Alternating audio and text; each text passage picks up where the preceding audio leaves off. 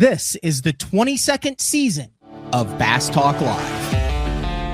BTL is presented by Bass Cat Boats, Strike King Lures, Aftco, Pro Guide Batteries, Spro, Gamakatsu, The Bass Tank, Beatdown Outdoors, and Sunline. BTL coming at you. Good morning and welcome to another exciting edition of BTL Bass Talk Live, where we're going to talk about bass fishing. Our BTL schedule is all discombobulated. Well, I'll be honest. I'll say what happened. I spent all night editing the Day on the Water live scoping with Randy Blaukat, and I finished around, well, if it's Honesty Monday, I finished around 2 a.m. and got everything done, dialed in. Wasn't exactly sure how I was going to piece everything together. Ended up doing a 1.5 hour video that just kind of encompassed our entire day on the water, talked about everything, showed the scoping, everything, and then rolled that into Premiere because Randy Blaukat will be on tomorrow morning, which is Tuesday morning at 8:30 a.m. to wrap it up. Instead of doing Blaukat week, I was like, let's do it for 2 days, let everyone be able to digest it and continue on. And then when I set the premiere, I set it for tomorrow morning, which was actually this morning since it was 2 a.m. And then the plan was to have Mark Jeffries on, who's at Lambeau Field getting ready for the college bowling national championship, the U.S.B.C. national championship at 10. But because I was up till 2, I woke up at 8:32 and realized that I'd set the premiere for Tuesday morning instead of Monday morning. So I ran into the studio, set it for 8:37. So that premiere is ending while we went live at 10 because Jeffries has to get to the bowling alley at 11. I think it's working because I've never done a YouTube premiere live scoping with Randy Blaukat, now on the BTL YouTube page, and been live at the same time. Planning that a man like Mark Jeffries would probably not be very happy with. That's not true. That's not true. All right. Let's get this out of the way first. What? Hang on a second. I sent you a picture. I don't know if you have time to put that picture up. Yes. I know exactly where you are. You saw the picture of me with the 15-inch perch in front of that sign, right? Yeah. This is literally out your back door right now. Yeah. There you go. You can kind of see it. It's fuzzy. You can kind of tell it's, there we go. Lambeau Field, right behind our. So basically house. You're staying at a really affordable house right now that is outrageously expensive 9 weeks out of the year. Can't imagine what this place goes for during the season because literally you can walk to Lambeau Field. That's crazy. Fantastic. We mentioned before the SNU bowling team, which you are the coach of and the founder of in the third year, has made the U.S.B.C. Now walk me through this, Mark, because I was looking it up and I see on the NCAA site that there's like NCAA bowling. Yeah. But I know that's not what you were at. Walk through this process or like where, because like, you know, like I played club hockey at OU, right? Where if you don't know anyone who's like, oh, you played hockey at OU, but like it's ACHA and then you've got Division III and all sorts of Division I. So it's like really good, but it's club hockey. There's a bunch. How does that work in the bowling? And like, where are you right now with your folks? Okay. So what we participate in is the USBC, the United States Bowling Congress collegiate division for the men's division. It's the only division for non-NAIA schools because the NCAA does not recognize men's bowling as a sport. They only recognize the women's programs as an NCAA sport. So this is the highest level that the men's side of collegiate bowling can reach. And we have managed to earn a spot in the 16-team national championship tournament, of which we are the only team that is not currently ranked in the top 20. So you had to go through the regionals, which is where you finished third. And a couple weeks ago. So what does the national championship schedule look like? So I also had an individual player that made the national singles championship. So he actually starts tomorrow. Practice day is today. He starts on Tuesday, bowls Tuesday and Wednesday. Then the team starts on Thursday, Friday, Saturday. We make it all the way to the semifinals. Then we will make the TV show, which will air on CBS Sports. So there's a chance we could watch you on CBS Sports. Yeah. Hey, there's no pressure on us, man. A lot of people are saying SN who? So that would be SNU based on what I found on the U.S. Yes. BC rankings. So the top 16 make it. So this is No. No. I know this is just the rankings, but there's 16 teams in the national championship. So some of these are in there. Some of them aren't based on how they did at regionals. Correct. And I was scrolling down, and there's Southern Nazarene University right there. 29th, I believe. 29th. Yeah. So it's going to be interesting. We are waiting for the final coaches poll to come out, which should be published today. And that final coaches poll is after sectionals or regionals. And we'll see if we move up into the top 20. I seriously doubt we are not, because quite honestly, I don't think the other programs are giving the respect that we have earned through our performance throughout the year. What does that matter? It doesn't matter. It really doesn't matter. We're measuring competition at this point. You're at the national championship. You're dead right, Matt. So the kids have had 3 weeks of really good practice. I think we're prepped. We're ready to go. An exciting time, especially with the fact that I have an individual player that is one of 24 players in the nation to be in the individual championship. Fantastic. Is there any way people can watch this if they want to? They can, but it is pay-per-view. Imagine that for collegiate bowling. I'm not paying to watch that. Sorry. All right. I'm just being honest, Mark. No. I get it, man. I get it. But I mean, to each their own. You know who might pay to watch that is Randy Blaukat. He did go on a two-handed bowler rant during our day on the water. Oh yeah. He went on a ball composition rant. Yeah. I talked to you afterwards, and for those who don't know, it was not AI. Yes, I did spend the day on the water last week with Randy Blaukat. We went live scoping. Yes, I clickbaited the hell out of the title and the photo and all that because there's a lot of meat on the bone in that interview. And I know that everyone probably wanted to see their pound of flesh of me. They're catching 5-pounders while Randy Blaukat cried on the back deck, or Randy Blaukat catching 5-pounders on live scope and then going over to Johnny's World in Springfield, Missouri there and buying the biggest, baddest Lowrance or Garmin screen that they make. None of that stuff happened. This is real life, but we did get him on live scope. He did catch that fish, and we will have him on BTL Tuesday, April 14th at 8:30 a.m. Central Time to kind of break it down. But that being said, there was a time in the day where he compared it to bowling, and he went on plastic urethane two-handed origin. He went on all sorts of stuff that are the quote live scope of the scourge of the bowling world. Yeah. Hey, by the way, that should be a great show tomorrow. I will definitely check out the replay on that. But Matt, think about it. Who would have thunk that 3 years ago I would be sitting, less than a quarter of a mile from Lambeau Field with this group that I'm coaching with an opportunity to win a national championship. Now, honestly, I put a lot of effort into recruiting, and I think I really have just an outstanding group of kids from all across the country, from Hawaii to New York. But I wouldn't have believed it if I would have told you, hey, man, in 3 years, we're going to be in Green Bay, Wisconsin, bowling for a national championship. But we are. And a lot of it has to do with the kids. And they really bought into what I was selling. And I think that they are really going to open.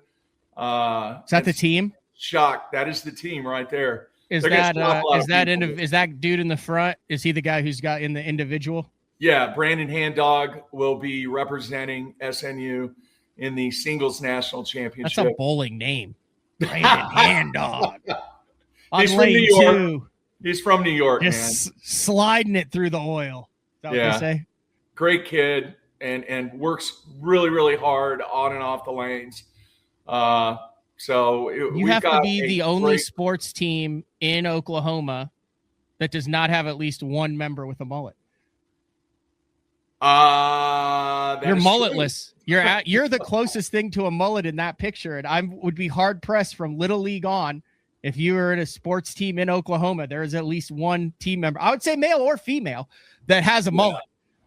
Yeah, but even with some adversity that we've had to deal with over 3 years, over the last 3 years, this group is amazing, and it's not going to be the only trip that we make to the national championship. I'm going on record saying that, especially with the 4 players that I have coming in next year. We've talked about that. But, dude, I'm telling you, I never would have thought we would be in this position this quickly. But at the same time, I never thought that I would have this solid of a group to be able to make a run. And, we're playing with house money, man. Who wants to lose to the underdog? Nobody. All the pressure's on them. Well, congratulations. I hope it goes well. Would you like to hear someone else who probably 3 years ago did not think they would find themselves in the position they are currently in? And I am talking about this on a level of anonymity, but with confidence in authority and accuracy. Okay.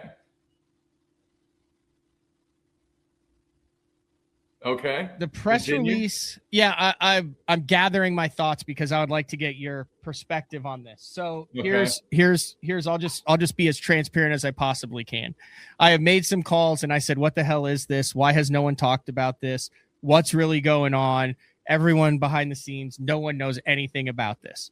And I spoke to a number of different people who are versed in the topic and was told that I could speak on it publicly using generalities, but that it's hard to get any details out in a press release. So March 31st, this was 2 weeks ago, B.A.S.S just out of nowhere drops the headline: Open angler disqualified, banned for life.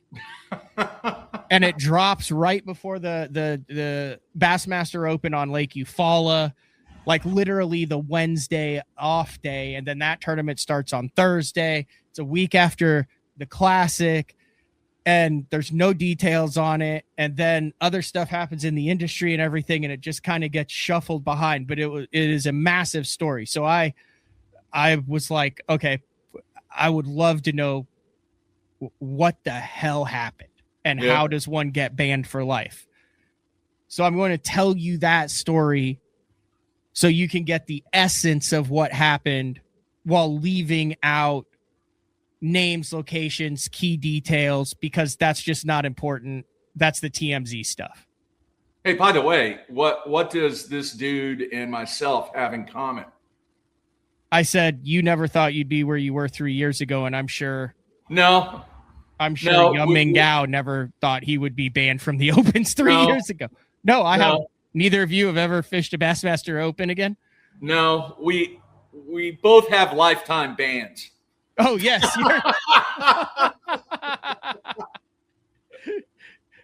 Dude, I'm impressed with our listeners. I mean, hopefully the lane oiler at the Sooner Center isn't at the Natties to sabotage Mark again. Yeah.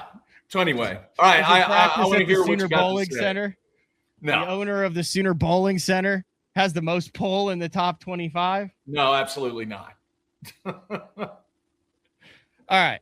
So I'm going to read the press release. And I'm actually kind of using you on this show because I needed to tell this story to someone. But I wasn't really sure how to go about it. So we're just going to piece by piece, with me taking long pauses to try to digest the proper way to divulge the information. Okay. There's nothing out there like this, Mark. This is breaking. This is the most educated information on this lifetime ban. And buckle up, because this is a 60 minutes at 20 for 20. This is the wildest thing. And I will be leaving out the wildest parts about this story. Just remember, when I pause, I'm trying to figure out how to vocalize the batshit crazy parts of this story into a palatable level where I do not receive a call afterwards. Does that make sense? Fair enough. We're understood on what's going on here? Oh, yeah. March 31st, 2026. Open angler disqualified, banned for life. B.A.S.S. has disqualified angler Yuming Gao from the upcoming Lake Eufaula Bassmaster Open following a violation of the Bassmaster Code of Conduct. After a thorough review, Bass has determined that an attempt was made to track a fellow competitor's movement in order to gain a competitive advantage, which is strictly prohibited. Due to the severity of the infraction, the violation has been classified as a level 4 offense. This ruling was appealed and upheld by the appeals committee, a group of 2 independent anglers and 1 BASS staff member. As a result, Mr. Gao has been banned from participating in all future bass events effective immediately. Bass is committed to maintaining the integrity of competition and ensuring a fair playing field for all anglers. That's it. That's all we got. Okay. So, of course, rumors started flying, right? What happened, how'd it go down, what it was. Buckle up. All right. So,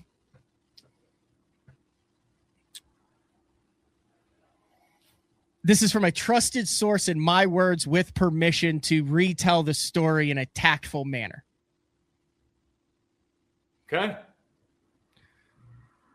Bass changed the rules to a 30-day off limits from as soon as the schedule went out this year, which allows you to get on the water 30 days before.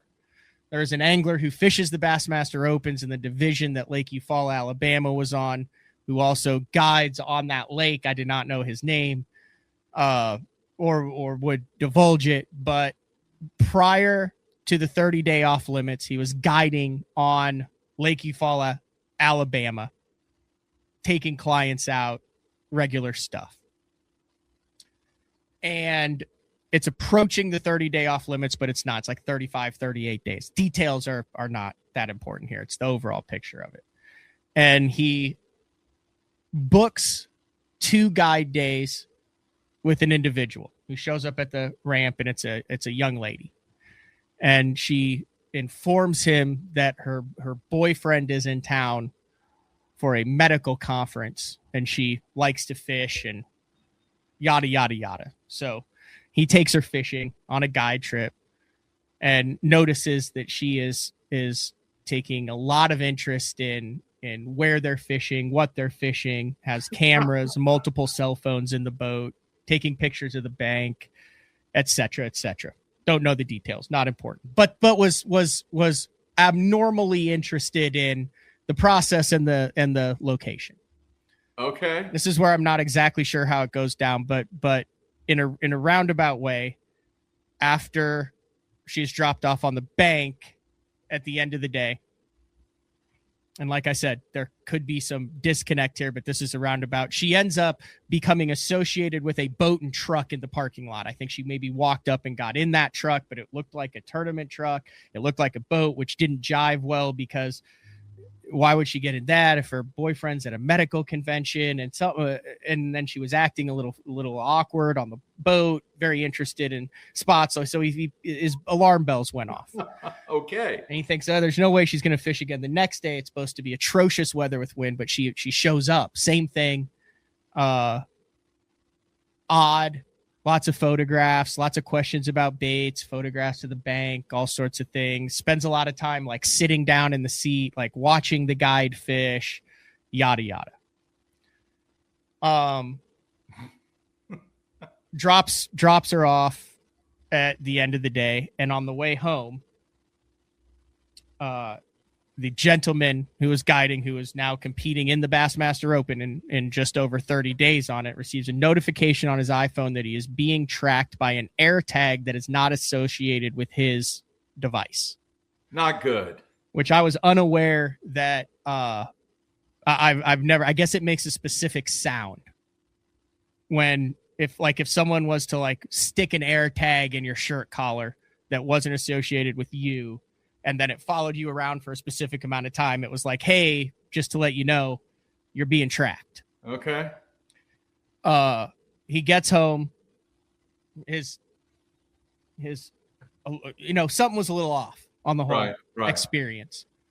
And he starts digging around in his boat and he can't find anything, but it continues to say that there's an air tag present. And at this point, I'm not going to hypothesize what he's thinking, but based on what the story you've heard, you could maybe deduce that this gentleman is thinking maybe someone is tracking me for the upcoming Bassmaster Open.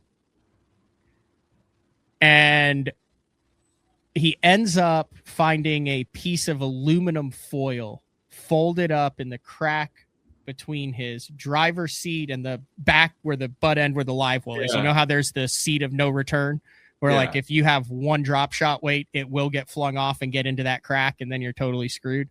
Yeah. So he finds this just wedged back in there and he unfolds the aluminum foil and there is an air tag inside of the aluminum foil. Wow. So he knows that there is some tomfoolery in his midst. Wow. And he calls B.A.S.S. and like I said, I've never used an air tag in my life. So I don't know how they work. But I guess you can get information from any air tag, but the air tag just shows you the last four numbers of the cell phone that it is connected to. So like if you were tracking me, it would be like, wah, wah, wah, and I would be like, what the hell? And then I would be like, last four numbers of the phone number. Right. And then I could match it to you. So he calls B.A.S.S on a flyer and says, hey, I've got these four numbers. And they're like, oh, okay. So they cross-reference it across their database. And it is a phone that is connected to Mr. Gao. Wow. The last four numbers. Yo Ming Gao. Okay, this is where I have to gather my thoughts because there's some personal information here that's not really pertinent to the story. Right. They call Yo Ming Gao and they say, hey, do you know, and name the individual who had spent the 2 days in the boat, the lady who had spent the 2 days in the boat with this angler who was fishing the opens who found the air tag. And he categorically denies even knowing the person. They then call him back several days later after they've done more research on it, and he admits to knowing the person, but for unknown reasons, he basically apologizes for lying to them on the first time, and then saying that that person did that on their own volition, that he had absolutely no clue that that person was going to do that he is completely innocent of the charges, and that the person who was on the guide trip will have a statement and comes out with a statement taking full responsibility for it and clearing Yo Ming Gao of any wrongdoing whatsoever. So he tried to lay the blame on somebody else. And that other person then tried to accept the blame. But tracking someone without their knowledge in the United States with a device is illegal. So in the meantime, that individual who had placed the tracker allegedly in the boat, with that at this time they said it, returned overseas and was unavailable for any more comment. Gone.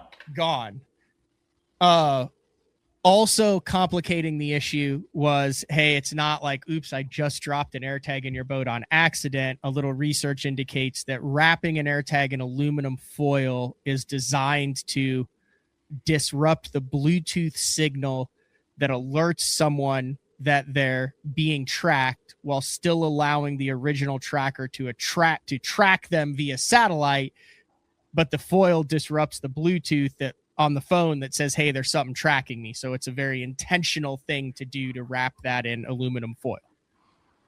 I don't know whether it didn't use enough or wrapped it wrong or whatever, because the guy's phone still went off. Wow. Long story short, B.A.S.S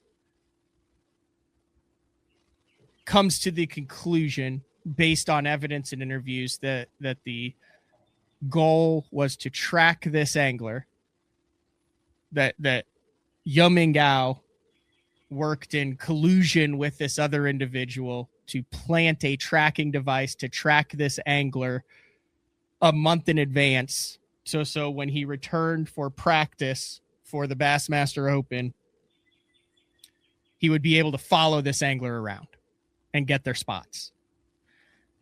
And that is where the level 4 offense, which I was unaware that there was a level 4 offense. Everybody that I talked to was unaware that there was a level 4 offense.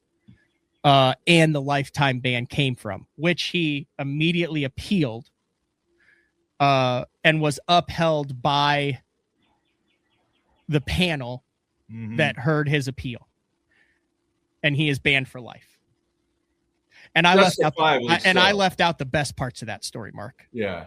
I'm sure there's more to it, but you know what happens, man? When people try to be dishonest, 99% of the time, they don't do everything necessary to cover their trail of whatever they're trying to accomplish in a wrong way. You know? And what he did was absolutely 1,000% wrong. And he should be banned. He really should be. And to go to that length and that measure, hey, kudos to the guide for realizing, hey, this is not right.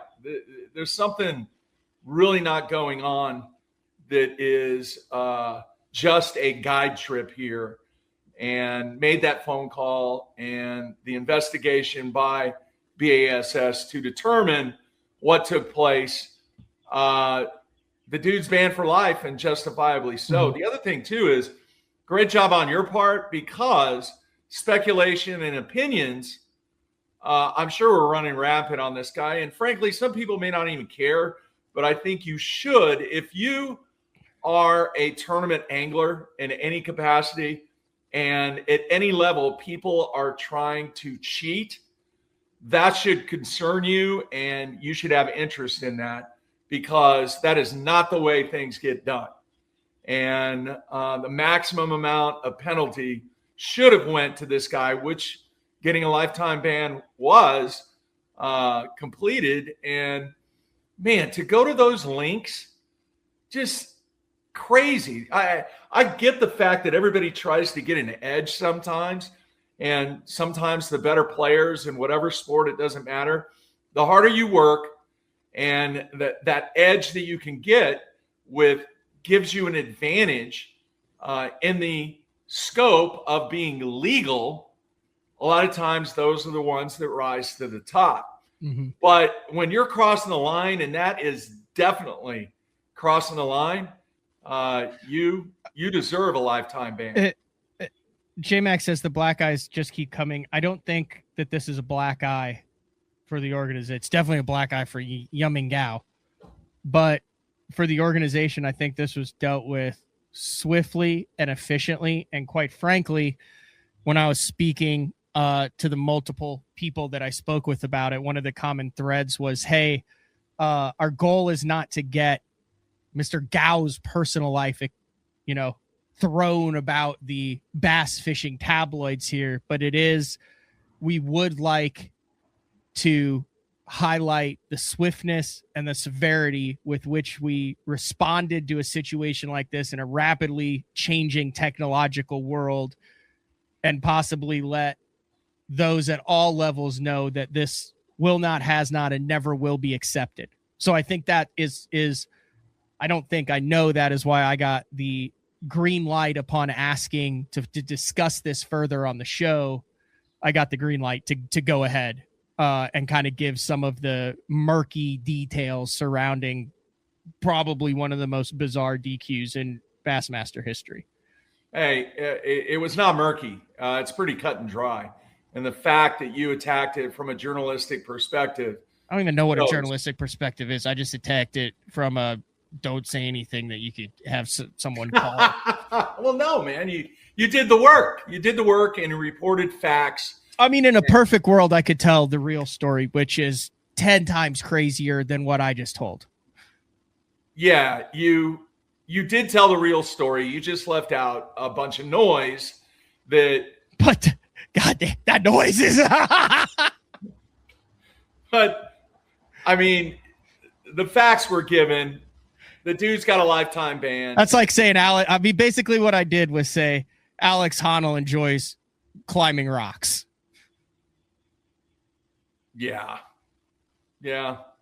which is true. It is what that it might is. Have been that might have been a little bit too obscure of a comparison. Do you know who Alex Honnold is? Yeah, he climbed Half Dome without a rope, free soloed Half Dome. Yeah, I think the sport needs to move on, and kudos to B.A.S.S for the way that they handled it swiftly, quickly, and we will never hear from this guy again. Shouldn't. It was weird too. Like he goes by a different name too. Not a lot of information about him online. Not a lot of social media footprint. Some really weird posts. He finished 160th in the first Bassmaster Open. Call like 5 pounds down in Florida. This was only a second B.A.S.S event. I mean, I think that all had to do with the fact that it wasn't bigger news. It wasn't, obviously a household name. I'm telling you, Jeff, that legitimately crossed my mind. Like, I honestly, like, if you're able to find like the profile and kind of do some research on it, it's a little suspect. But I would imagine that he's in a lot more trouble than being banned from fishing if he was a spy and then he went back to his native country and they were like, ooh, wait, you got caught doing what in a bass tournament? Like, what the hell are you doing? He liked to fish, man. He liked to fish. Great question. Wonder what happens when he does return to his country. Like I said, I don't know anything about him or anything, but like I said, even in his appeal, he maintained his innocence, that he had nothing to do with it, that it was his companion or his person who went on the guide trip who acted alone as an attempt to help him, and that he was innocent, but that number tracked back to. I mean, that would be the creepiest thing. Could you imagine if you're driving home and you're like, you get a notice that you're being tracked? Yeah, that would be creepy. But hey, when you look at the 50-plus year history, if not longer, of professional fishing, the cheating scandals that have taken place, there really hasn't been that many in the grand scheme of things, and where this fits in all of the cheating scandals that have taken place. I think it's definitely the most creative ways to try and capture an advantage, but for what? It was an open. I fished with Randy last week. I gave the dirt this week. So now I would like to announce that next week I will be spending an entire day on the water flipping cages with Tony Christian. Hey, I think those cages are sitting somewhere in a storage facility, of which it's interesting. That's been brought up and up and up of people talking about the Tony Christian thing recently, and it reminded me of the Odyssey that you went on 8 to 10 years ago. And when I say Odyssey, like, you really legitimately tried to track down. It wasn't just, we should get to see if he could do an interview or what would happen or talk to people who were about it. Like, you put your detective hat on and maybe even got blocked from calling his residence because you attempted to so often. I found where he lived. You found where he currently is. You just were unable to make contact with him. Yeah. I don't think that story will ever be told, unfortunately, but I think that story will be. I think if you could completely clear of any post whatever, I don't know what the statute of limitations is on that, and then offer a sum of money for him to tell his story. I think that's the only way that he would emerge from the shadows. Yeah, maybe. It would be but who's going to sponsor that? Like that's just not a. It was probably the greatest cheating scandal in the history of the sport, though. He probably won more money doing that. The illegal. The alleged illegal. He was never confirmed of anything. He never gave back any money. He just quit mid-season. So this is all hypothesization. He did get DQ'd, though. Yes. So, I don't know. He had great job on that, Matt. You know what's interesting, though? He had stats very comparable to stats that have occurred. Are these national championship contending bowlers that just strolled into the house? Yeah, he's getting some water. You want to say hi to him? Yeah. Here, who are we talking with? Here. Let's see. What's up? That's Riley Spear. Riley or Wiley? Riley. Oh, Wiley would be a good bowling name too, though. Riley, are you? No. You're not done with the interview here. He's got a question. You got to get. You're at the USBC National Championships. You got to get used to these things, Riley.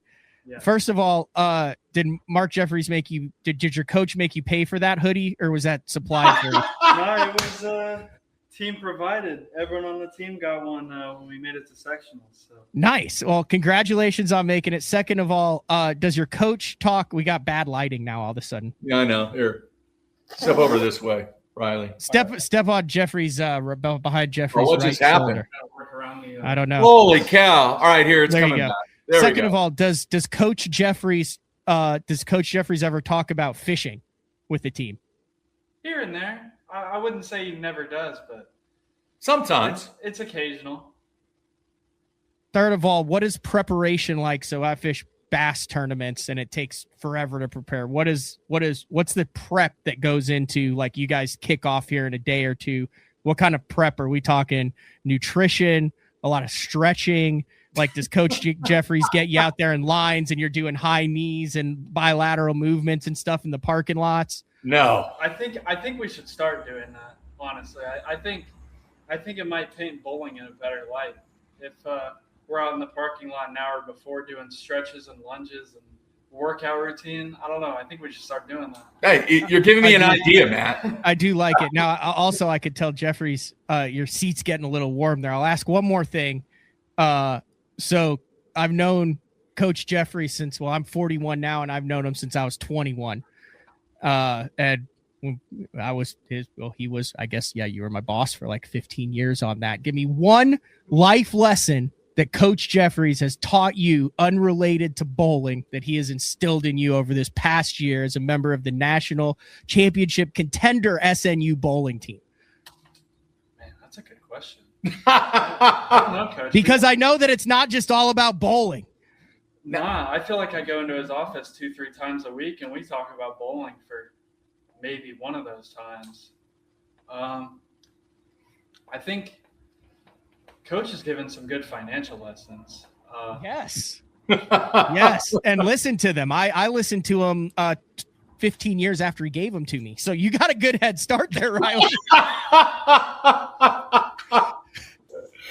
No, man. Hey, Riley is also on Team USA. So he's a stud. Congratulations. Yeah. So we'll see you. I mean, we'll see you you're like on tour here. So, like, this is just a stop in a long. It's a long ways away. That's part of the financial advice that we discuss. Okay. Oh, all those top bowlers. I've seen the documentary. They make big money. They just roll around. They just get handed stacks of cash. Moving on. You are not correct on that statement. Yeah, oh my gosh. My brother's rolling in the dough right now. Anyway, thanks for jumping on. I appreciate it. Good luck this week. Riley. Good kid, man. You know, when I recruited Riley, the process was almost 2.5 years. I mean, I started talking to him when he was a sophomore. All right. The first conversation we had during the recruiting process was on the phone, and it was almost 2 hours, and we probably talked about bowling for maybe 10, 15 minutes. Really? Yeah. Everyone thinks that he's somehow associated. He's yeah. You're getting your details on the Sooner Bowling Center, sending him. No, that's good. Yeah, that's pretty cool. Yeah. So he'll be. I mean, there's a chance that he'll be on the professional bowling tour against Belmo and EJ, like all those guys in the future. Honestly, I would say it's about 50-50. That's pretty damn good. Well, not from a perspective of ability, just a career path that he wants to take. Yeah, but that's where you and I differ, Mark. There's times where this is where you and I differ. And I think it's because of our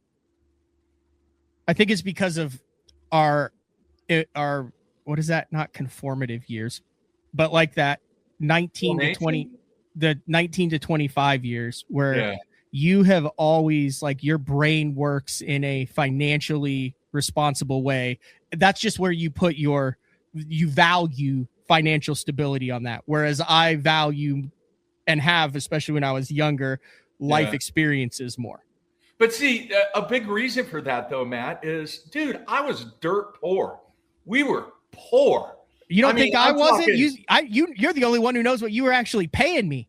No. I'm talking pork and beans and cornbread and growing up in a 2-bedroom, 800 square foot house in the hood of Long Beach. Yes, but I'm just talking about taking that chance. Whereas if you're in that position where you have the opportunity to take it, and it might not be the smartest thing, but it's not going to ruin you for decades and decades. It's a personality difference of where I think there's some guys that jump and say, we'll figure it out. I don't have a plan B. And there's other guys that are like, hey, we're going to go about this in a long-term fashion instead of. That's just personality difference. No, I get it. That's why when you're pinging a minnow over a school of fish, one of them goes, give me that minnow. And 10 of them go, I don't know about this. No. And one of the things that every single one of these players, including Riley and everybody else, they know and understand the foundation that they're here to be a student athlete and get that degree. Then if they want to go on to bigger and better things, dude, I'm going to do everything I can to help them out, to get them ready for the PBA tour. And has that worked in bowling like it does in fishing? I said it a decade plus decades ago, especially when the Clint and Brandon Cards and the Lee brothers and stuff came out, to where it would be abnormal not to have a college attached to an Elite Series guy's name. Yeah. Where it went from, oh my God, that's a guy who fished college who's competing on the Elite Series, to, holy cow, there's someone on the Elite Series who didn't fish collegiately. Is it very similar in bowling to where the collegiate structure, almost everybody on the professional bowling tour went through college, or is that something that has changed over the past 15 or 20 years where it goes, whatever, juniors, high school, college, then professional? Or is there like an opens division like in bowling to where you can get to the PBT without fishing or bowling collegiately? You see what I'm saying? Like, how's the structure? No, it's changed over the last 10 years dramatically. Okay. So just like fishing? Yeah, I'll give you an example. The first event of the year was the PBA Players Championship, and it was won by a Wichita State graduate. And then 2 weeks ago, the top 3 players were all former collegiate players, all from Wichita State. And then the show yesterday was won by a former collegiate player that was at Weber International in Florida. So there's definitely been a trend for the collegiate players excelling on the PBA tour. But, you know, just the PBA tour has some challenges within itself. You know, there's only 10 events per season. There's more professional bass fishing events than there are PBA events, other than the regional tour. So the tour itself has some challenges. That's why the importance of making sure that you have a backup plan if you're not able to earn a spot on the PBA tour, that you have something to fall back on. All right. I know that you have to get out of here. You have a lot. Hey, we're going, today is a practice day for Brandon, but prior to practice, we are going on a tour of Lambeau Field. I'm jealous of you. I would have loved to have done that when I was there. You saw my picture with the perch in front of Lambeau. Yeah. All right. Big announcement. Big announcement. We're going to talk about this for the last 10 minutes of the show. Okay. Mark Jeffries is coming out of retirement. He is jumping in the boat, which after you go away, I'll talk about. I currently have a prop that is down at the OKC prop shop. Yeah. Legendary prop shop. Yeah, I'll tell that story afterwards, just because, like, if you look at my Instagram, it looks like, oh, I went fishing with Randy Blaukat. Oh, Kevin Ledoux and I caught 28 pounds and won the Kanawha winter jackpot. Oh, I was with Austin. He caught an 11-pounder. We won the, Draper Hefner jackpot. But there's, like, no post from Thursday where I went out by myself, threw my fish back, did massive damage to my prop, and put the boat on the trailer an hour early. So I'll walk through that, because I think that's important to show the progression, like we show the highlights. And I wish I had shown the lowlights, but at the time I was just trying to get the damn boat on the trailer and get the hell out of there without any further damage done. But you are coming out of retirement on May 9th for a great cause. The first week of May, I'm fishing the Dick Hiley St. Jude Bass Classic in Minnesota.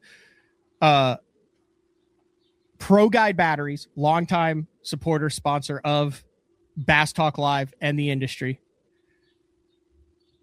And Pate, who owns it and runs it, is hosting the Pro Guide Hope Classic on Table Rock Lake in Missouri on May 9th.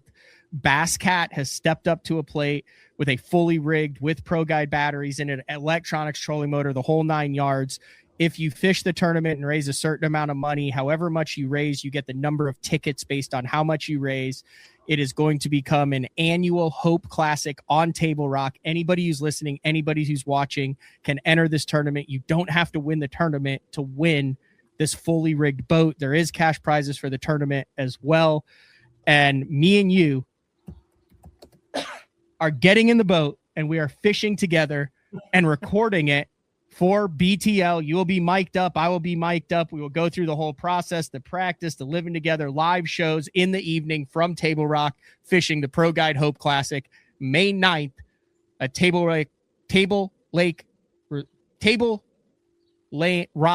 Lake at a Table Lane Resort, Indian Point. You can register now. It's only a $250 entry fee, 100% payback, and only $500 minimum fundraising fee to be qualified to win the boat. If you're in the area, if you want to do it, Mark will buy your first round. If we're out at the bar and you come up and you want to talk to him about BTL, he's already agreed on that. This will be a good time. There's videos about it. The website is proguidebatteries.com/Hope Classic to get more information on that. But it has been a decade since me and you participated in a team tournament. Was it a grand tournament that we fished in like 10, 15 years ago? No, we fished on Arbuckle, and ironically, your batteries died. Oh, jeez. And we ran to Walmart. We had to go to Walmart to buy a lead acid. We'll not have to worry about that with the Pro Guide lithiums in the Bass Cat. Are you excited? Oh, yeah, man. Fired up. I'm just going to kind of hang out and let you do all the work, because I'm sure we'll be scoping. Not necessarily. With the way the lake is set up, it's in a month. I think there'll be a glide bait bite, a swim bait bite. I think that shallow rock with the Carolina rig might play, Mark. How about topwater? Topwater could definitely play. Okay. There's all sorts of things that'll work. So it's going to be fun, man. Great cause. Looking forward to it. The other thing is, man, I am ready to get on the water. I've only went one time this year so far, because our season has extended all the way through this week, obviously, but it started in August, and I'm taking a week off, and we're going to go spend, me and Jack, my van driver, we're going to spend a week down at Texoma, fishing at Texoma, and then I'll be ready to go to Table Rock and fish with you and see a bunch of people I haven't seen for a long time, and have a great time for a great cause, man. We've got 9 minutes. Would you like to hear this disaster of a Thursday nighter before I let you go, and then I'll run the ads and then come back and close it? Yeah, why not, man? Okay. Crash and burn. So on Wednesday, I haven't done a live show since it. We fished that jackpot, and Cranford catches an 11-1. It's like the biggest fish ever caught in the jackpot there. As a lake record, even though they don't officially keep the lake records anymore. And the week before on a different lake on Kanawha, like I said, Ledoux and I had won 28 pounds, won that tournament riding high. So I said, well, I'm going to go to Shawnee Twin by myself then and fish the Thursday nighter and try to go 3 for 3 on 3 different area lakes in 3 weeks. Right. And a couple days before, I'd gone out just to check my live scope to make sure everything was dialed in for the Randy Blaukat interview, which is live on BTL now, which you can go watch. And I made like 2 casts and caught a 4.5. And I'm like, okay, we're good here. It's blowing like 30. I get to the ramp. Water's really muddy. There's 20 boats. I'm the only guy who's fishing solo.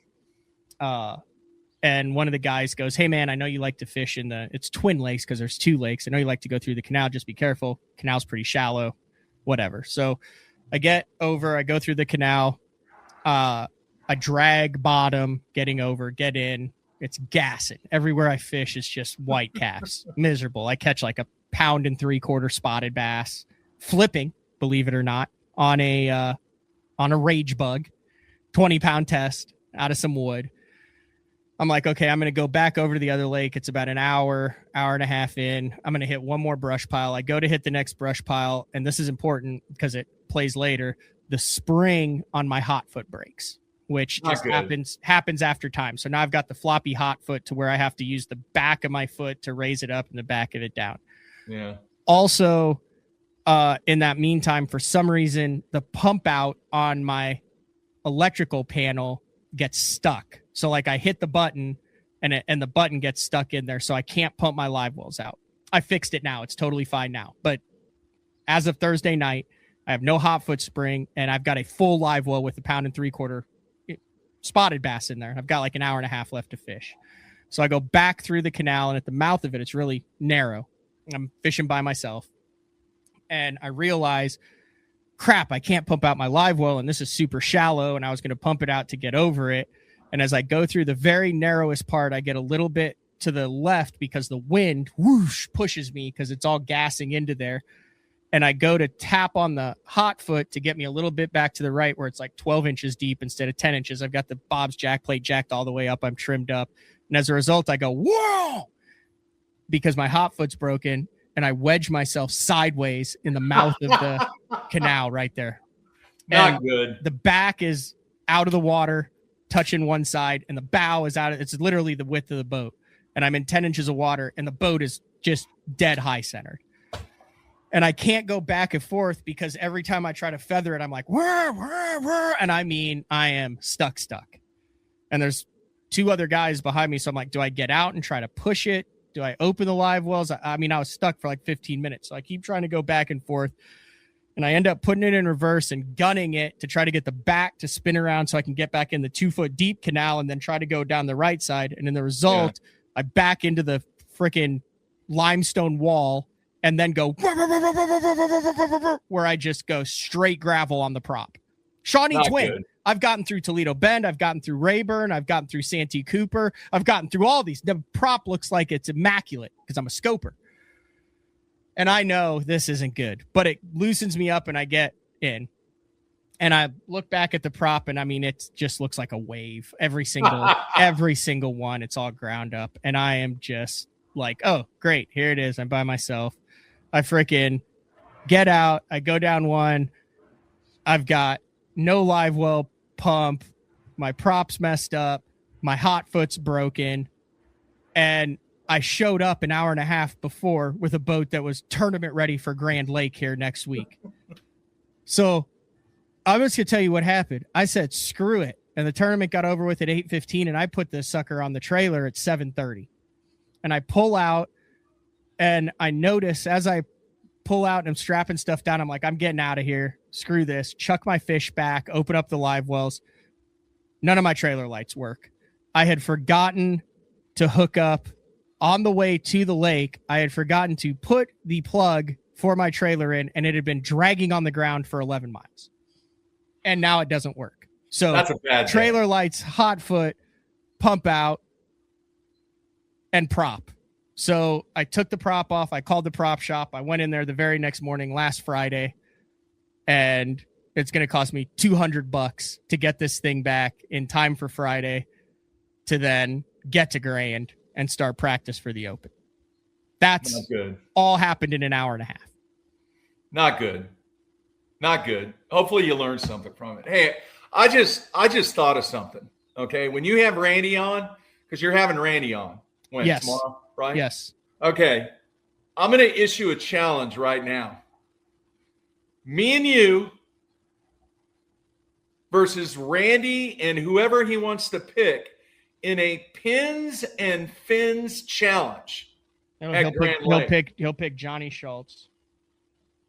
All right.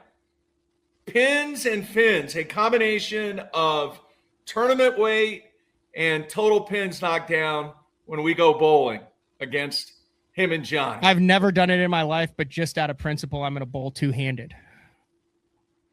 I've seen you bowl. You don't need to. You'll be fine.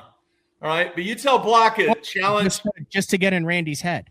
I got you. All right. Brilliant move. The challenge will be issued. It has been issued. Make that challenge tomorrow when you have him on the show. Okay. Here's the other thing I'm going to ask him, and I'm going to ask you if it's a good idea. I've not asked him this, and I'm putting him on the spot by asking him this, by telling you this, so I'm fully aware of it.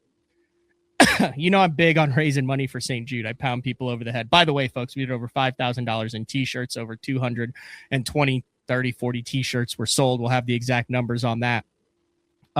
Can't thank you guys enough. Between the Fishing Chaos tournament and the T-shirts, BTL raised over $10,000 for St. Jude for the Dick Hiley St. Jude Bass Classic. I'll have all those numbers this week. But here is what I am going to propose to Randy.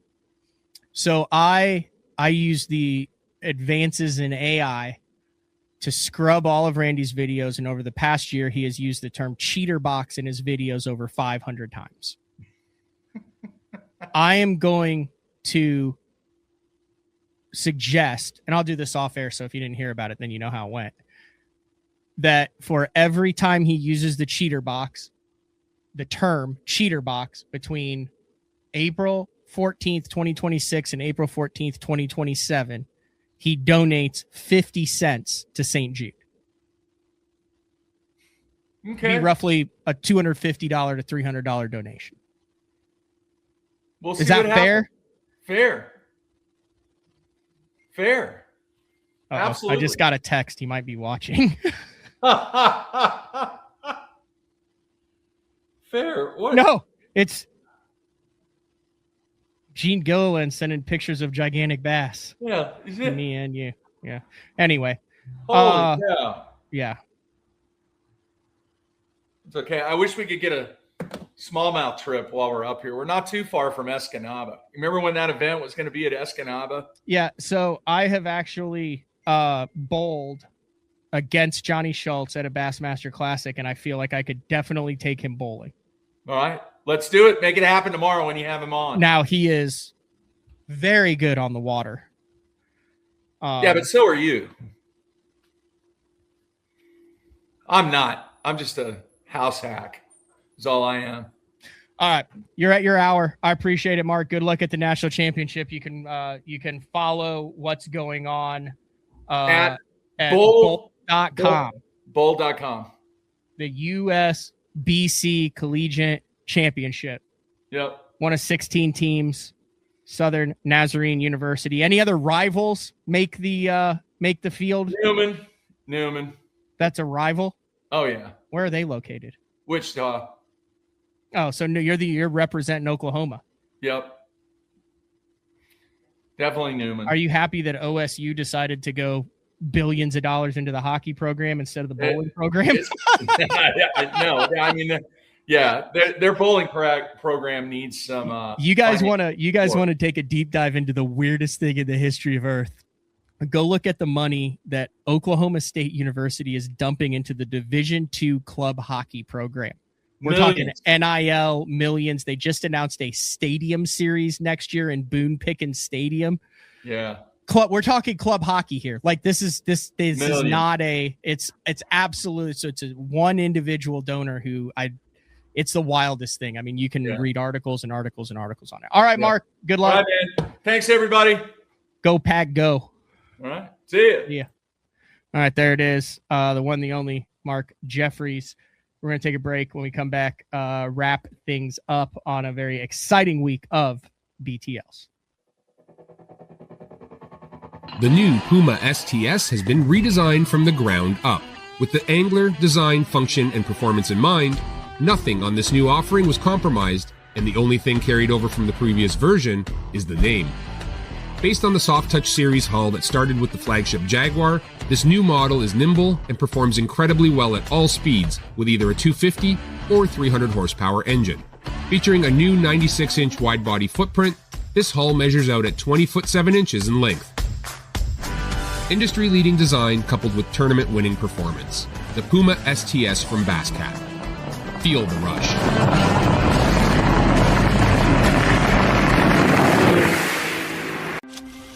Before there were hashtags, there were handshakes and shared stories. They gave us confidence to make our first cast and chase our dreams. They taught us to fish, and in the process, taught us about life. They taught us that success isn't just about reaching the top. It's about lifting others up. The future isn't just about selling tackle. It's about 3 simple words. Let's go fishing. Here's to the original influencers. As a professional angler, there's only one thing that connects you to your paycheck. Probably the most crucial part to tournament bass fishing. I use Sunline because they have a line for every application. Shooter, FX2, All Might, super light line, big stuff, big sticks. Sunline has you covered. Sharp as can be. Super strong, super durable. Really good penetration. Thinner and stronger. Catch fish after fish.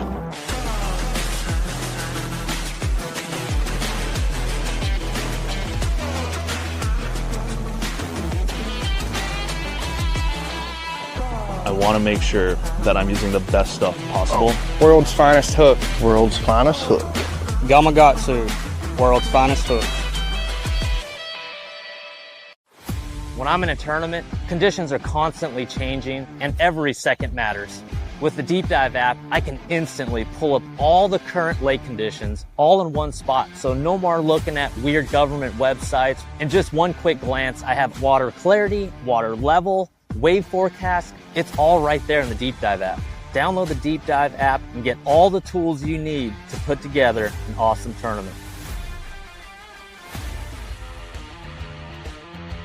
All right, welcome back, BTL, on a Monday. I do not have video of my debacle in the Shawnee twin jackpot, but I did take, he's saying, hey, please release a video of being stuck, but I did take some pictures of my prop, and as you can see right there, that is not how a prop is supposed to be shaped. It's just like completely turned over at the end. Now it's a totally fixable thing. And I called, I got a couple buddies who are notorious for screwing up their props. And they said, hey, the dude over in OKC will absolutely take care of you. I should give him a shout out. I walked in, and it is the Boat City Prop Shop in OKC, boatcity-okc.com. I don't have it back yet, but just from talking to the guy and the recommendations that multiple anglers in the Oklahoma area gave me, if you are in need of some prop fixing, that is probably the go-to place for it. A lot to unpack here. Big shout out. Thanks for Mark for coming on. A little bit more details on the lifetime ban. Randy Blaukat video live right now on the BTL YouTube, and then live tomorrow morning, 8:30 a.m. Randy Blaukat will join to kind of break down what he thought about our day on the water.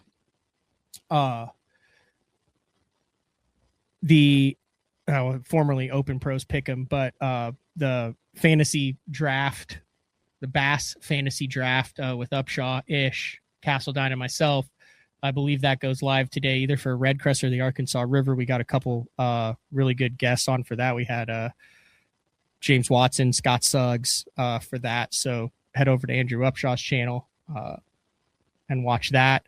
And then I'm headed this weekend, Saturday, to Grand Lake to start practice for the No Live Scope second tournament, the Bassmaster Opens. Matt Steffen will be there. Weather permitting, we'll be doing live shows in the evening from Grand. So that to look forward to. Question here. 0 to 10 on the Masters. I thought the Masters was really good. I mean, you had Rory leading by 6 shots going into the final 2 rounds. And then, I mean, the leaderboard there was absolutely insane. I feel for Justin Rose, 3 second place finishes in the Masters. He tied for third in this time, 45 years old. I remember watching him last year when we were there with Daryl Gleason on Friday of competition. The TV does not do justice for how big the swings of the hills and how far those guys hit the ball. But Rory going back to back is really awesome, especially after how long he chased that Grand Slam and Masters last year. But then to get that 6-shot lead reduced and then get behind with Scotty Scheffler chasing him and Rose taking the lead and a bunch of different guys, you kind of liken that. It was almost like, he went out and caught 25 pounds and then caught 12 pounds on the third day and was still in the mix, and then lost a couple giants first thing in the morning on the final day, but then was able to get it back together and caught a key fish with a couple minutes left to end up winning it. I sat in the living room with my wife. She had her pimento shirt on from the Masters. We had pimento cheese sandwiches, watched it, and then every couple holes I'd come back and edit some more of the Randy Blaukat video. So, all right, we should be back more to regular schedule programming for the rest of the week. But then, like I said, next week, Bassmaster Opens week. So look for a lot of evening shows that week. Other than that, appreciate it. Go watch the Randy stuff. It's an hour. Keep up to date with BTL founder, Bass Zone founder Mark Jeffries, and his new occupation as head bowling coach for Southern Nazarene University. Same place tomorrow, 8:30 a.m. Randy Blaukat on live. Gonna be a good one. We'll talk to everybody then. See ya.